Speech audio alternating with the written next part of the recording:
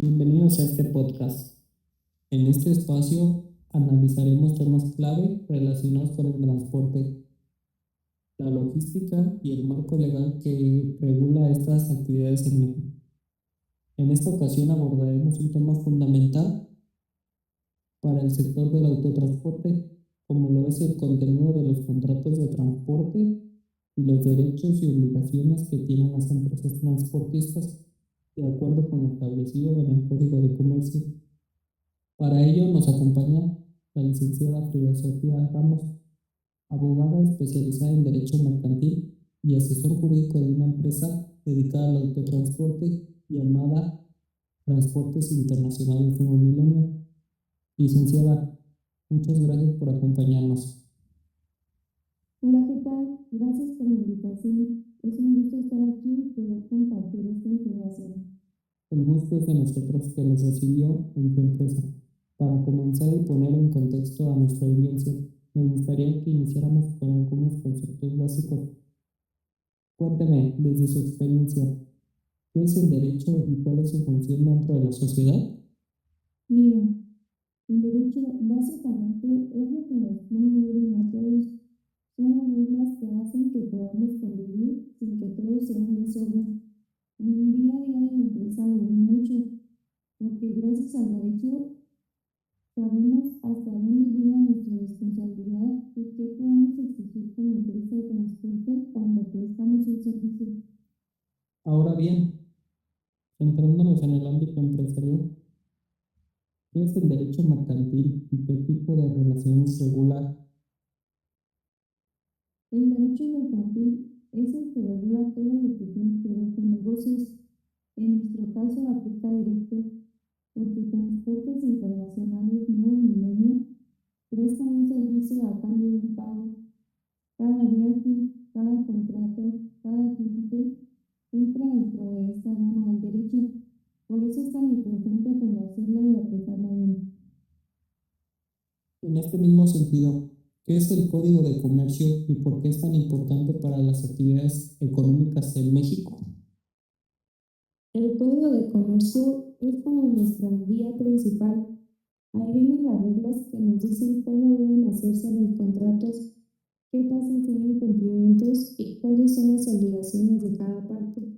En la empresa lo usamos mucho para respaldarnos legalmente, sobre todo cuando hay algún conflicto con clientes por retrasos o daños en la mercancía. Bueno, con base en estos conceptos, ¿cómo se relaciona el derecho mercantil y el Código de Comercio con las actividades de autotransporte? En este caso, ustedes manejan solo transporte de carga. ¿Me lo pudiera platicar? El transporte es una actividad comercial, entonces todo lo que hacemos se rige por el derecho mercantil y el Código de Comercio. Por ejemplo, cada vez que aceptamos mover una carga desde Celaya hacia otro estado, estamos realizando un acto de comercio que genera derechos y obligaciones para la empresa y para el cliente. Entrando ya de lleno al tema central de esta entrevista, ¿qué es un contrato de transporte y cómo lo definiría desde el punto de vista legal?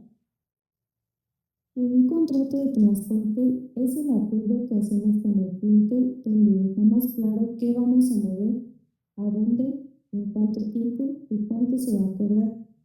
En la empresa aprendimos que si no está bien hecho ese contrato, cualquier problema se vuelve más grande.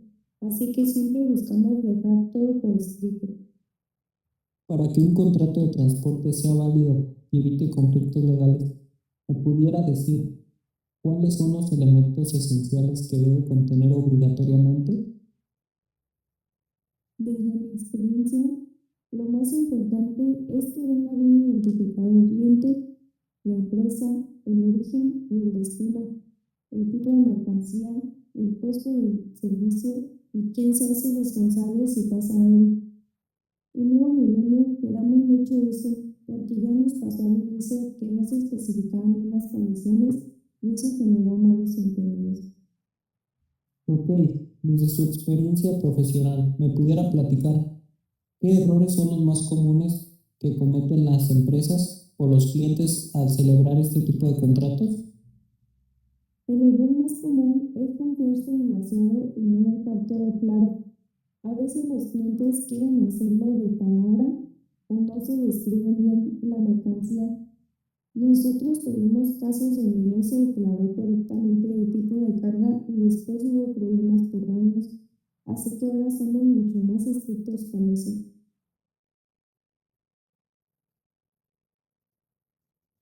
Bueno, vamos a continuar con lo que es la carta aporte y su importancia. Un documento muy mencionado dentro del autotransporte es la carta aporte. Para nuestra audiencia, ¿nos pudiera explicar qué es una carta aporte y qué la diferencia de otros documentos? La carta aporte es un documento súper importante. Es como el respaldo del contrato durante el traslado. Ahí viene quién envía, quién recibe, qué se transporta y quién es el transportista. Para nosotros es indispensable porque sin carta aporte el operador puede tener problemas en la carretera. Bueno, y en la práctica, ¿para qué sirve la carta aporte y qué implicaciones legales tiene para las empresas del transporte y los clientes? O sea, ¿cómo les funciona a ustedes en lo práctico? Pues mira, en la práctica la carta aporte nos sirve para todo, para comprobar que la carga es legal, para presentarla en autoridades y también para evitar conflictos con el cliente. La empresa siempre revisamos que salga correctamente elaborada antes de que el camión se mueva, porque ya sabemos que cualquier error puede salir caro. Bueno, ya continuando con los derechos y obligaciones de las partes, ahora hablemos de las responsabilidades. De acuerdo con el Código de Comercio, ¿cuáles son los principales derechos y obligaciones que tienen las empresas de transporte en México? Como empresa tenemos derecho a cobrar el servicio y a que el cliente nos dé información correcta, pero también tenemos la obligación de cuidar la mercancía, entregarla en tiempo y forma y responder si ocurre algún daño. En Nuevo Milenio esto lo tomamos muy en serio, porque la reputación de la empresa depende mucho de cumplir. Ok, por otro lado, ¿qué derechos y obligaciones tiene la persona o empresa que contrata un servicio de transporte? El cliente tiene derecho a que su mercancía llegue bien y el tiempo acordado, pero también tiene obligaciones como pagar el flete y declarar correctamente lo que se transporta. Muchas veces los problemas vienen porque el cliente no cumple esa parte y luego quiere responsabilizar a la empresa. Bueno, en este caso de incumplimiento o como pérdida, daño o retraso de la mercancía, cuénteme qué consecuencias legales pueden presentarse para las partes involucradas. Cuando hay cumplimientos, lo primero es revisar el contrato y la carta aporte. Dependiendo del caso, puede haber indemnizaciones o acuerdos entre ambas partes. En la empresa tratamos primero de solucionarlo de manera directa, pero si no, el Código de Comercio nos da el respaldo legal para actuar. Bueno, ya para ir cerrando, o más bien para concluir, licenciada, ¿qué recomendaciones le daría a las empresas de autotransporte y a los usuarios del servicio para evitar problemas legales y operar dentro del marco del Código de Comercio? Yo siempre recomiendo no confiarse y hacer todo conforme a la ley.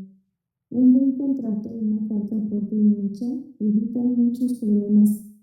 En mis 4 años de transportes internacionales en Nuevo Milenio, he aprendido que prevenir legalmente es mucho mejor que arreglar problemas después. Bueno, le agradecemos mucho su tiempo y sus aportaciones. Sin duda, comprender el contenido de los contratos de transporte y las obligaciones legales es clave y muy importante para un sector tan importante como el autotransporte en México. Gracias a ustedes, ha sido un placer participar. Bueno, y le agradezco